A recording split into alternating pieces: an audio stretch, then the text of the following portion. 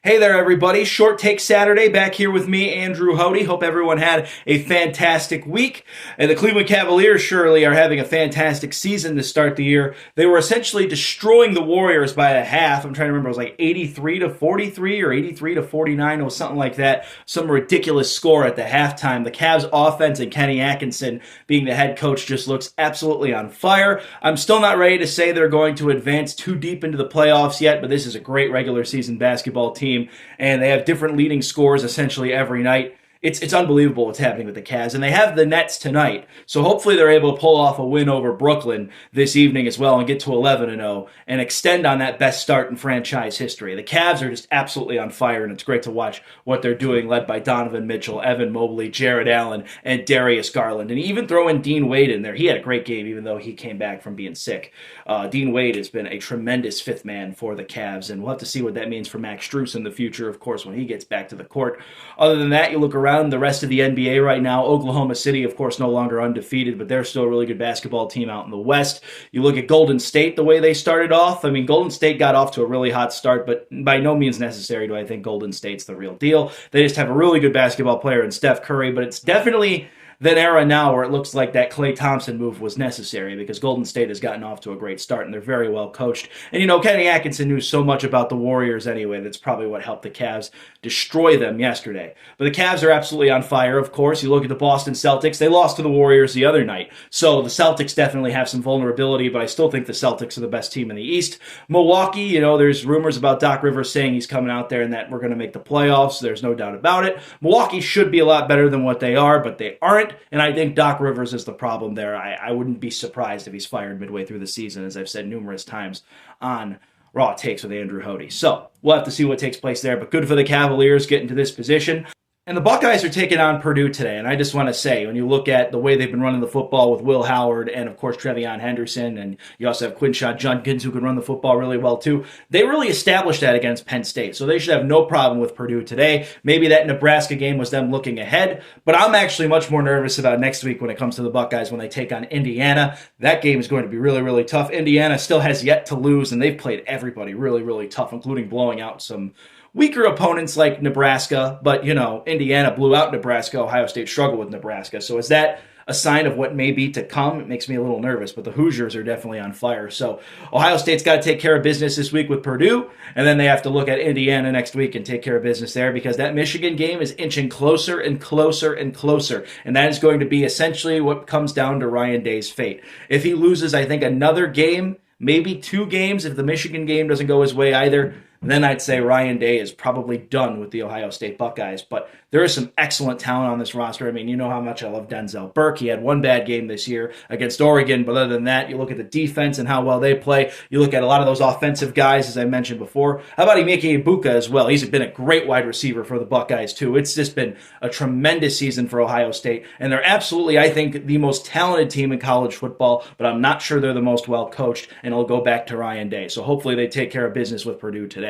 Now let's finish things up with the National Football League. My Cleveland Browns are on a bye week, so they won't be back until next week where they'll see the New Orleans Saints, and I'm actually kind of thrilled by that because the Cavs should really be the talk of the town. Kevin Stefanski and Andrew Berry. Of course, there's been talk about their future with the Browns, what that may mean. As I've said numerous times, I'm for keeping Kevin Stefanski. Andrew Berry, I'm not so sure, but Kevin Stefanski absolutely deserves to remain the head coach of this football team in 2025 because I don't think any of this is his fault.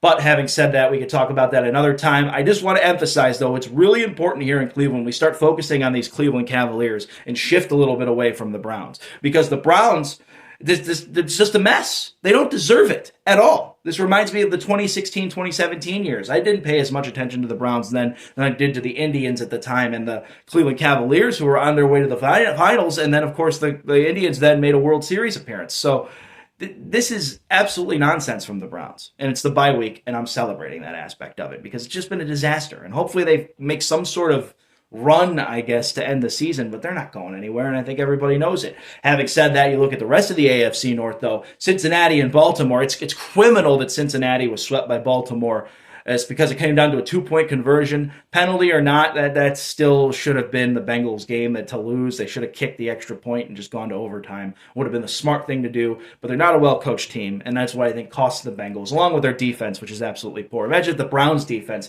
played in Cincinnati, how much better the Bengals may be. You look at the Baltimore Ravens as well. The Ravens, I mean, they're a good team. They're still very flawed. I still think they're going to likely win this division, but the Baltimore Ravens are absolutely just clicking on all cylinders offensively. Lamar Jackson has become such a great passer. He's not as good of a passer as Joe Burrow is. Joe Burrow, by far, is the better passing quarterback, but Lamar Jackson is an athletic quarterback, and he can still pass the football. He's come a long way, and it's tremendous to see. You have to deal with Lamar Jackson and Joe Burrow in this division, not only if you're the Browns, but also if you're the Steelers. And the Steelers have yet to play any divisional games, and I know the Steelers lead the division right now, but once they see Baltimore and Cincinnati, they're going to have to take care of some business. I'm not so sure Pittsburgh's going to be running away with the AFC North. I don't think Cincinnati is, now that they got swept by the Ravens. They should have won one, maybe both of those games, but it didn't end up going their way. It should at least be a split in all reality because of how good the Bengals offense has been. But looking at that, but Pittsburgh coming up for both those teams too, I think that will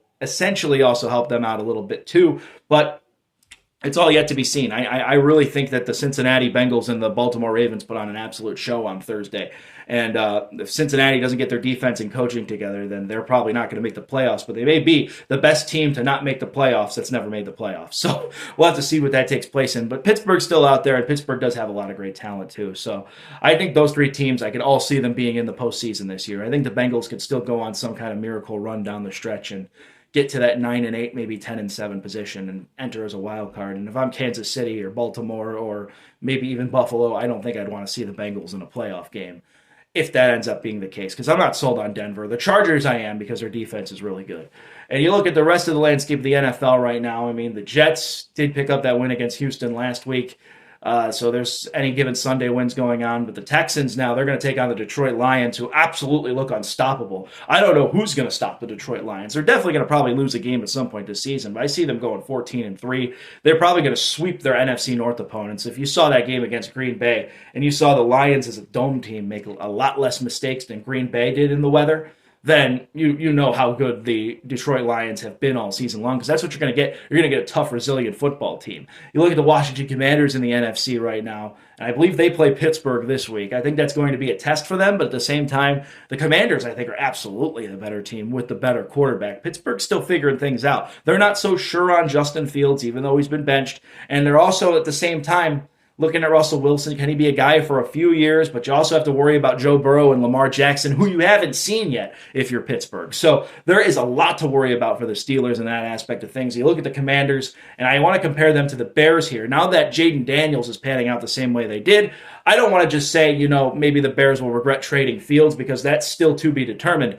But they could have drafted Jaden Daniels, and they got Caleb Williams so far. And Jaden Daniels so far, in my opinion, has been absolutely light years ahead of what we've seen from Caleb Williams. So we'll have to see what takes place there. But those are my thoughts on a lot of the headlines going into this week in the NFL, along with the Ohio State Buckeyes and those red-hot Cleveland Cavaliers. Also, before I go, how about Austin Hedges getting re-signed by the Cleveland Guardians? I'm not so sure that's going to be the best move of the offseason. I think the Guardians are going to do a little bit more, but if that ends up being the only move, with the Kansas City Royals getting better and the Detroit Tigers getting better and the Minnesota Twins probably going to be better next year, that makes me a little nervous.